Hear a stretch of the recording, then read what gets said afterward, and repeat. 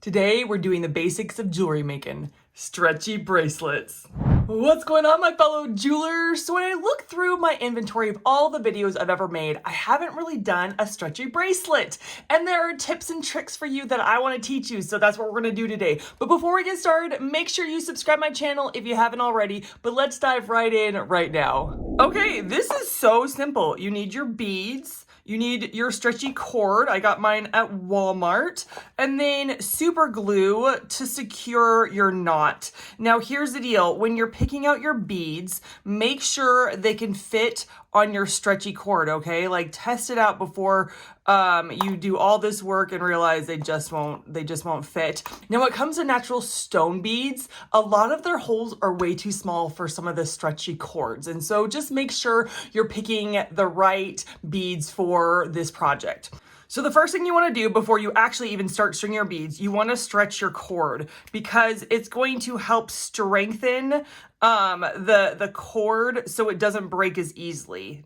So we're going to string the beads. I'm actually making 2 bracelets today. I will fast forward through a lot of this because a lot of it is just tedious.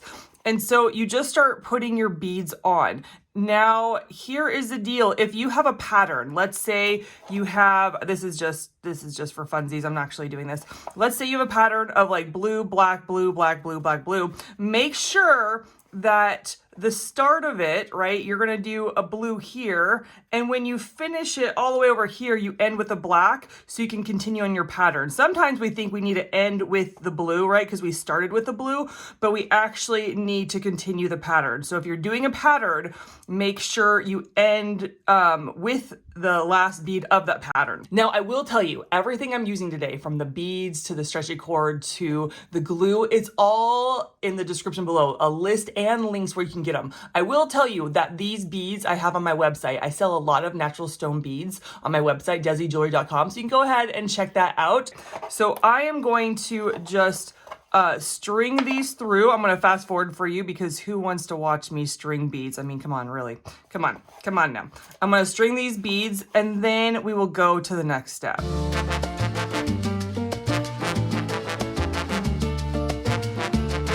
Okay, I've gotten pretty far and I'm going to just hold it together before I string it and see if that's where I want it.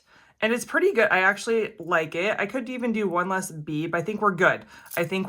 So I'm going to cut it with this. Now, the reason I leave it on the cord is so that it doesn't just all fall off. If I were to cut it, it'd be a pain in my tuchus. And so I just leave it on the spool until I'm ready to cut it. And I like doing it that way. Now, I also like to cut a big amount. Like I don't mind. I usually like to try to not waste.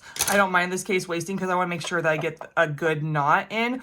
And there are some techniques that you can make the perfect knot for this bracelet. I don't know that technique. So I am just going to do a knot. I'm gonna tie it a couple times so that I just feel secure. So I usually do like, there's the first one, right? Like I tied it and then I make sure it's a knot. I'm gonna kind of squeeze it. You don't want to pull too tight or you're gonna break it off. You're gonna break off the excess and that won't be good because you're trying to tie this knot. So I'm gonna tie this knot. I'm gonna tie it again and then I'm going to super glue it. So I'm gonna tie it really tight. The problem is I want to make sure that I don't make too much of a knot, too big of a knot, because I wanted to go back in the hole right there. That's one of the things I get nervous about is making too big of a knot. And so you just want to put it back through your bead because you can't tell where the knot is and it just makes it look a lot nicer. So here's my knot here, right? And I'm gonna pick which bead has the bigger hole because these are natural stones and I think the white one does. So I'm gonna grab on the other side of this stone and I'm gonna start pulling and yanking and hopefully not breaking my bracelet. Oh, there it goes. And you don't wanna pull so much that the knot goes on the other side. So look, the knot's in there, the glue's in there. So it's gonna actually just stay in that bead for the rest of its life. Dun, dun, dun. And we're gonna cut off the excess like so. Oh my goodness. And there you have it. You have a stretchy bracelet. Now I'm going to quickly make one of these. I'm going to fast forward through it, make it with the black because I think it would go complement really well. But let me finish this bracelet and then show them off to you.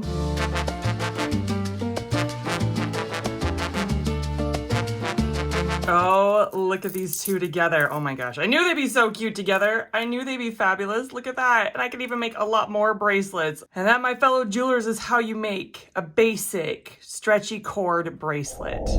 Okay, I usually end my video right here, but the Lord told me that some of you are feeling like there's not going to be better days, that this is the lot you've been given. This is the hardship you have to face. And the Lord wants you to know that there will be brighter days. There will be better days, and that He will walk you through, if you allow Him, He will walk you through this hard time.